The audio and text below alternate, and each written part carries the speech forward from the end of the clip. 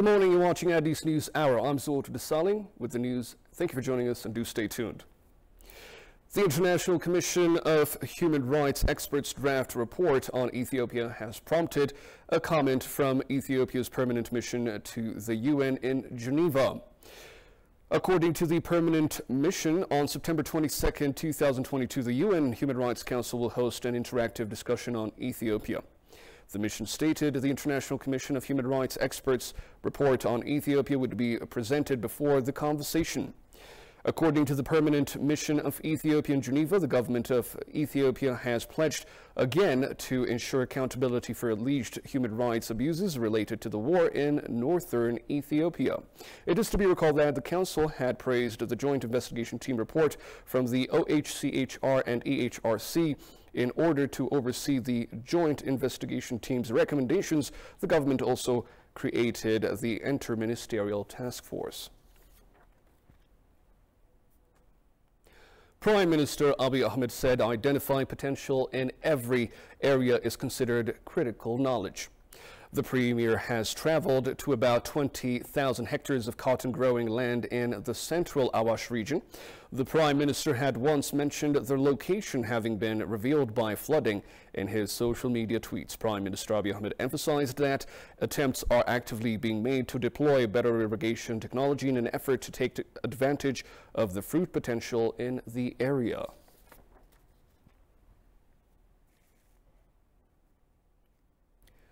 Ethiopia's Deputy Prime Minister and Foreign Affairs Minister Demeke Mekonnen stated that partnerships and cooperation are essential for achieving the UN Sustainable Development Goals.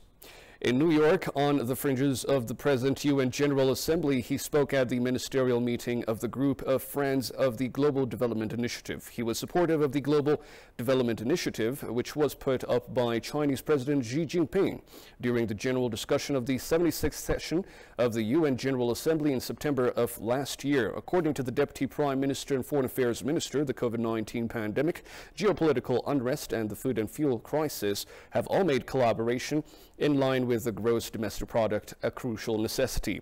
According to Demeke, the difficulties that the globe is currently facing serve as stark reminders of the need for collaboration within a modernized multilateral framework that is committed to equity and inclusivity.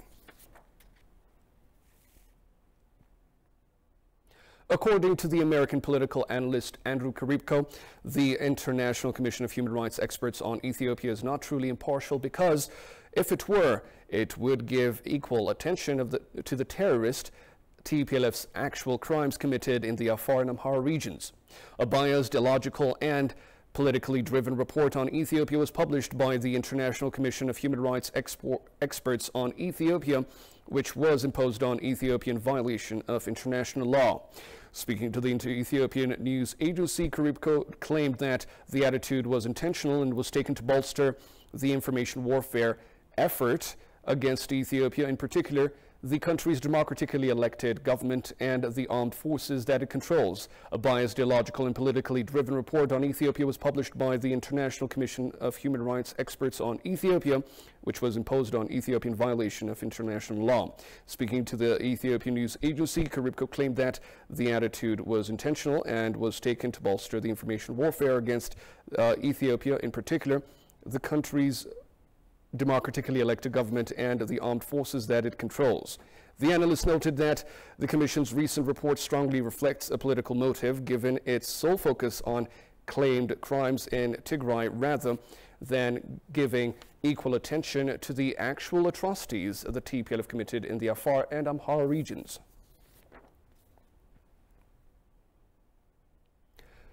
The International Commission of Human Rights Experts on Ethiopia has come under fire from a scholar for what he called a fabricated report that was intended to shield the TPLF from responsibility for the crimes it committed. Ayele Bekri, a seasoned political analyst, claimed in an interview with ETV that the study violated Ethiopia's sovereignty by placing the TPLF on an equal footing with an established government. Goshmeliso has more on that. The joint investigation team carried out investigations in... From 16 May to 30 August 2021, the Ethiopian Human Rights Commission and the Office of the United Nations High Commissioner for Human Rights conducted a joint investigation into alleged human rights violations and abuses. However, as if wanting to tear that finding into pieces, the International Commission of Human Rights Experts on Ethiopia has released a glaringly one-sided report deliberately making too much of violations in Tigray by Ethiopian forces. The report is amateurish in the sense that it relied completely on virtual investigation, while it made no mention of TPLF's egregious crime of using child soldiers. In an exclusive interview with ETV, historian Ayele Bekari drew attention to the fact that the report is nothing but a last-ditch attempt to help the TPLF out of the abyss in which it finds itself. It's a way to save them, a way to more or less their approach has failed. And so therefore they're trying to find a way to resist them back to perhaps to the fourth phase of another war. So therefore I think whatever it is, the motive is clearly not to the advantage or to the interest of 120 million people, Ethiopians. And so it's precisely to those who already built up narratives against our country, as this is another phase of that narrative, an attempt to kind of continue to insist that they are right and their proxies are doing the right thing. So therefore this is a way to kind of this is a way to somehow revive them. Ayele pointed out that the draft report by the UN undermined Ethiopia's sovereignty, putting TPLF in an equal footage with legitimate government. Kind of international laws that we have dictates that, you know, a nation state is a sovereign state, and a sovereign state is the one that has the monopoly of power. And that monopoly of power is interpreted in the form of having one army, having one foreign affairs, so you see. So therefore, the way is, even in this report, the way it's presented as if like there are two nation states, two armies, two foreign affairs in a country. So therefore, I think it undermines even the very principle that organization called United Nations is established. So therefore, I'm afraid if it continues like this, by kind of underestimating our intelligence and our ability to kind of know what is going on and then determine our own future based on our own history and on our own reality, then I think the fate of United Nations may be the same fate that League of Nations have faced. In the cooked-up report, there is not one word dedicated to the issue of child soldiers, which has been confirmed repeatedly through Western media's reporters and independent research. Worse still, there is not a single word dedicated to the issue of the TPLF's use of human shields or its forced recruitment. The international, I mean, what is their involvement? These are so-called experts. They are experts on international human rights.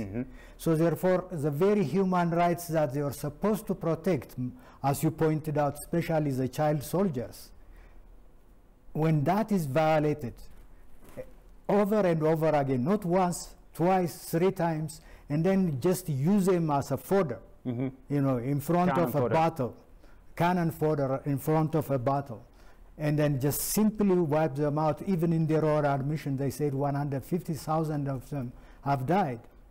See, this is not mentioned.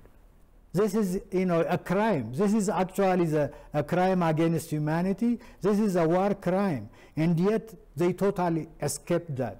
And to add insult to injury regarding the massacre at Maikadra, the report rambled on into whole lines, neither of which directly comes out and implicate the TPLF. Ayele concluded that the bogus report by the International Commission of Human Rights Experts on Ethiopia is politically motivated. Mesfin Taganu, the chairperson of the American Ethiopian Public Affairs Committee, condemned the TPLF's barbaric actions while thanking Ethiopia's government for its ongoing efforts to establish lasting peace throughout the nation. Mesfin Taganu asked the world community in an interview with ETV English to exert pressure on the TPLF to head its hostilities in the Amhara and Afar regions. Kasan Jani brings us up to speed. In an interview with the TV English, the chair of the American Ethiopian Public Affairs Committee, AEPSC, Masfin Tagano, denounced the heinous acts of TPLF. Masfin praises Ethiopia's government for its unwavering commitment to advance peace and stability across the country, particularly in the own region. The chairperson denounced the TPLF terrorist groups' atrocious deeds against the Afar and Amhara people since the start of the war over the past 2 years. He claimed that even though the Ethiopian government had started peace discussions, citing international dialogues planning, resolve a variety of protracted political concerns that the TPLF has rejected all. Before the war restarted, the Ethiopian government and the Ethiopian people took significant steps towards peace, including halting operations, armed operations at the border of Tigray, offering amnesty, releasing prisoners from TPLF leaders from jail, creating a national dialogue to help secure lasting peace for the country. So the government also has engaged in a full AU peace process. Now, ultimately, a peace process is only the solution. Everyone agrees on that. But that only comes if the other party is willing to also have peace. In this case, the TPLF is not a willing player. And so, for your questions, where we are going from here is, we believe that TPLF needs to lay down their arms and come to the peace talks. As part of the TPLF's historical and contemporary crimes, the Ethiopian government turned the other cheek and did everything it could to advance a negotiated peace agreement, he pointed. The government emphasized that the international community should endeavor to maintain peace and stability of Ethiopia, as well as in the own region, which is also supported by all Ethiopians. As the war rages again on the northern part of Ethiopia, again, third time, started by the TPLF. Let's just be very clear. There should not be any confusion. I think we believe it's time for the US and its Western allies to come back, join the Ethiopian people, and do the right thing. One will be to stop to join the peace, to help the peace process, cancel the sanction bills, extensions that are being, that is imposed on Ethiopia currently, reinstate put AGOA back, and then work constructively for stability and reconstruction of the nation. I mean, we understand the Western world, including United States, have a geopolitical interest on the Horn of Africa. We understand there is a strategy that was in place to meet the geopolitical interest, but we also understand the strategies change based on objective realities. He emphasized that Ethiopians have fostered an unbreakable culture, peace and unity throughout the years, stressing further that the Ethiopian government has opted to pursue a ceasefire through the auspices of the AU.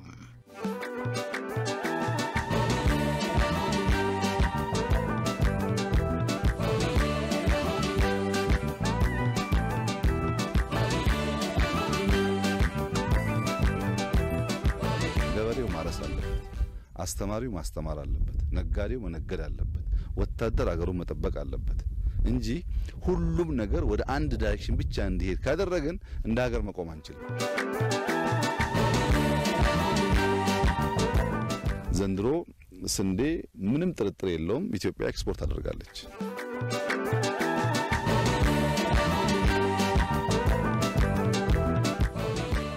መስራት ከቻል፣ መብላት ከቻል፣ መላክ ከቻል፣ በተቃራኒ ያለው መራብ ከጠፋ፣ ማስገባት ከቀነሰ፣ መሰደድ ከቀረ በኢትዮጵያን ሉዓላዊነት ላይ፣ በኢትዮጵያን ክብር ላይ፣ በኢትዮጵያን አንድነት ላይ ቀጥተኛው ኢምፓክት አለው።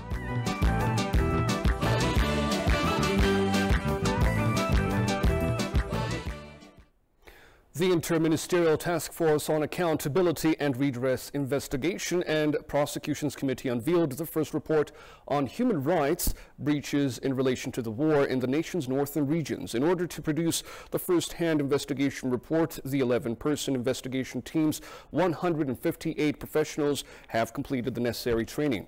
2,831 individuals have reportedly died, according to the article, and 452 people experienced atrocities. According to the report, 36 people are unaccounted for, along with 334 homes that have burned down, over 865 quintals of grain that have been destroyed, 411,000 live animals, and more than 2,500 medical institutions. It was discovered that the initial investigative report only covered the Amhara and Afar regions, since the TPLF clique had taken control of the locations in Tigray provinces.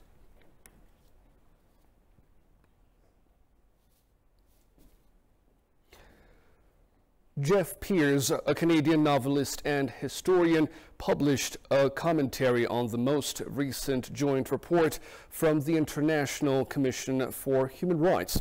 Sources consulted by investigators for the International Commission of Human Rights experts on Ethiopia, according to Pearce's piece, say they are horrified by the unprofessional and incomplete outcome of the Commission's recently issued report.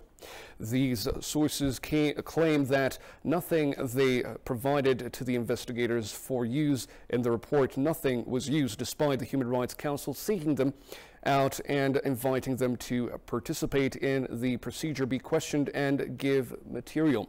Tigustar Nisa presents.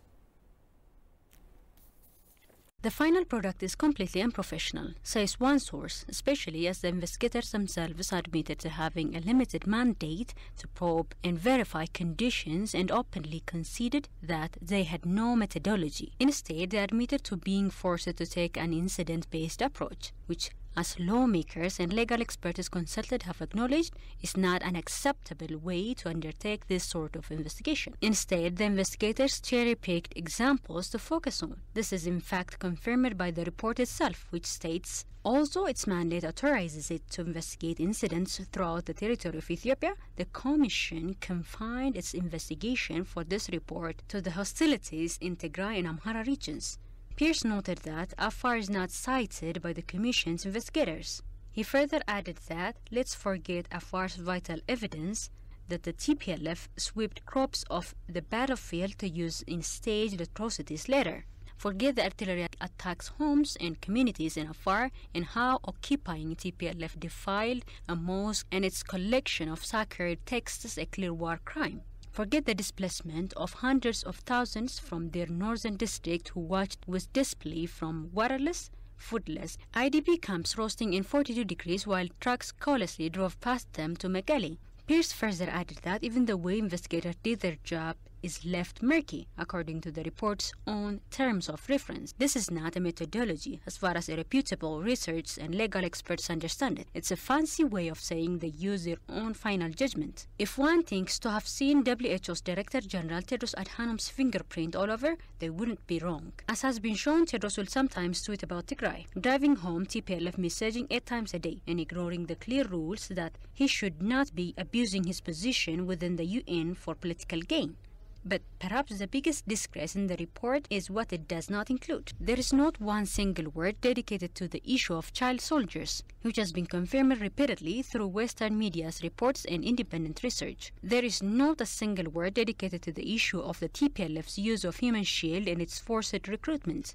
The lack of study of forced recruitment is especially appalling, as not only has the Western media confirmed it happens, but the investigators could have confirmed this by relying on the UN's own confidential documents, including safety and security reports, which testifies to this. More than ever, Pearce suggested Ethiopia must look to the rest of Africa to have its back and to join it in building a bloc united in common economic and security interests for the continent.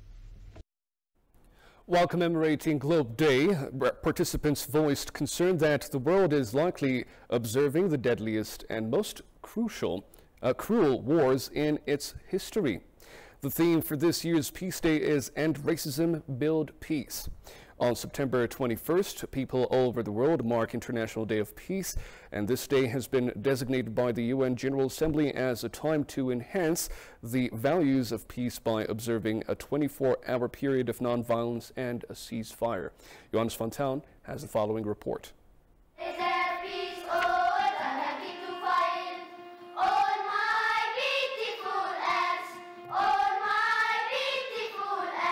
The UN General Assembly took the initiative to nominate this day in 1981.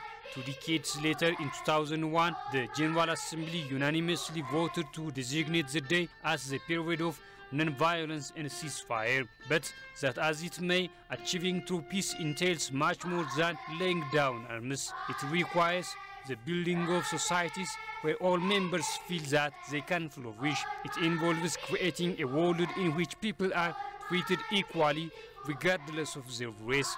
Although the world nominated a day for commemorating peace every year, the voice of peace has been far away from its 4 years. According to Katin Sozi, UN resident and humanitarian coordinator, since the founding of the United Nations, human peace has never been written in this way. As we meet today, ladies and gentlemen, and in the words of the Secretary General for the United Nations, peace is under assault. Across regions, across countries, and across communities. Not since the UN was founded have we faced such a complex and multidimensional threat to global peace and security. Today, it is more important than ever to work for a culture of peace centered on human rights, centered on justice, and centered on tolerance. We must tackle the deep-rooted inequalities that work against dignity and opportunity for all. We need to invest in social cohesion, recognizing that diversity is a richness, not a threat. The director of UNESCO to Addis Ababa Liaison Office on her part said a culture of peace is both a process and product. It is a process of confidence building and cooperation between people. As we commemorate today the International Day of Peace, we must note that a culture of peace is both a process and a product. It is a process of confidence building and cooperation between people. Peace should never be taken for granted. It is an ongoing process, a long-term goal which requires constant engineering, vigilance, and active participation by all of us.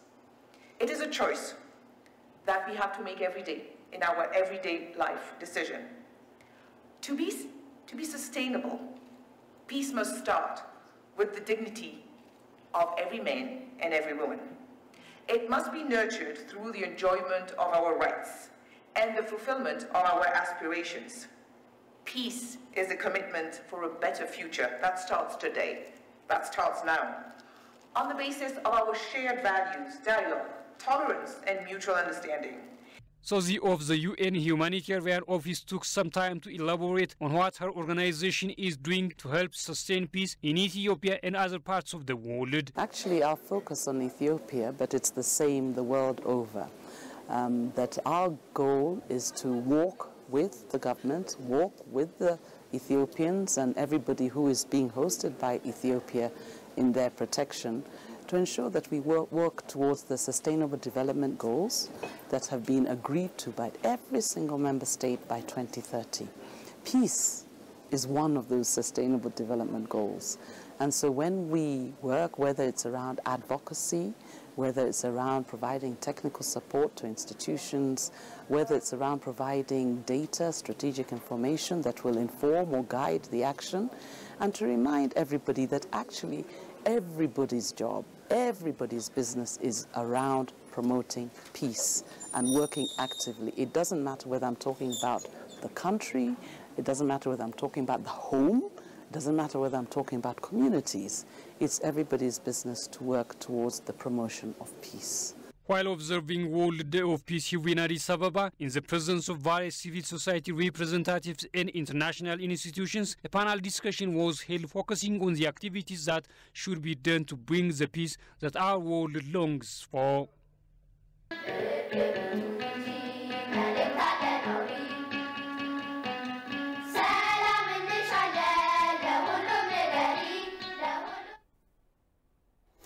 Alongside the 77th UN General Assembly in New York, State Councilor and Chinese Minister of Foreign Affairs Wang Yi met with Deputy Prime Minister and Foreign Affairs Minister Demeke Mekonnen. As they talked about bilateral and global matters of shared interest, the two sides decided to collaborate in the economic domain. Demeke praised China's support to the development cooperation between the two nations. He also praised the Chinese foreign minister for helping to keep the peace in the region and for his nation's support of Ethiopia during difficult times. For his part, China's State Councilor and Minister of Foreign Affairs Wang Yi stressed Ethiopia's critical role in maintaining peace and security in the Horn of Africa and indicated that China placed a high importance on its relationship with Ethiopia. Wang Yi declared that China would support Ethiopia's capacity building efforts and humanitarian efforts.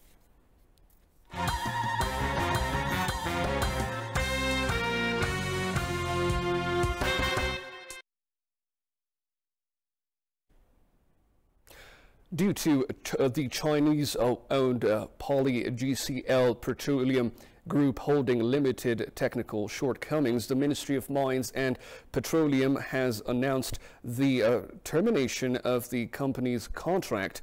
Takele Uma, the Minister of Mines and Petroleum, revealed that the government was giving the corporation all the help it needed to overcome its obstacles.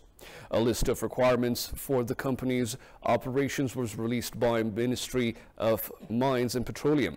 Takele emphasized that similar actions will be taken against businesses that do not adhere to the conditions outlined in the contract they have with the government.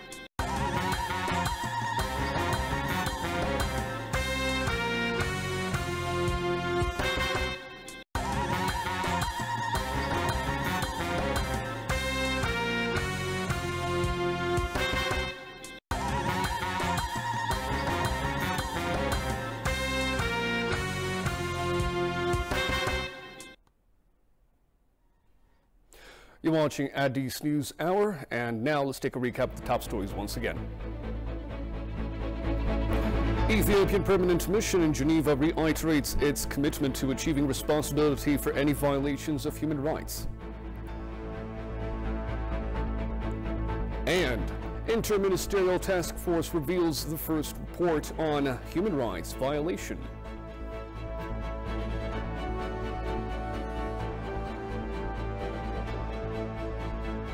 Ladies and gentlemen, thank you all for watching Addis News Hour. I'm Zoltan Desani with the news, and have a great day ahead.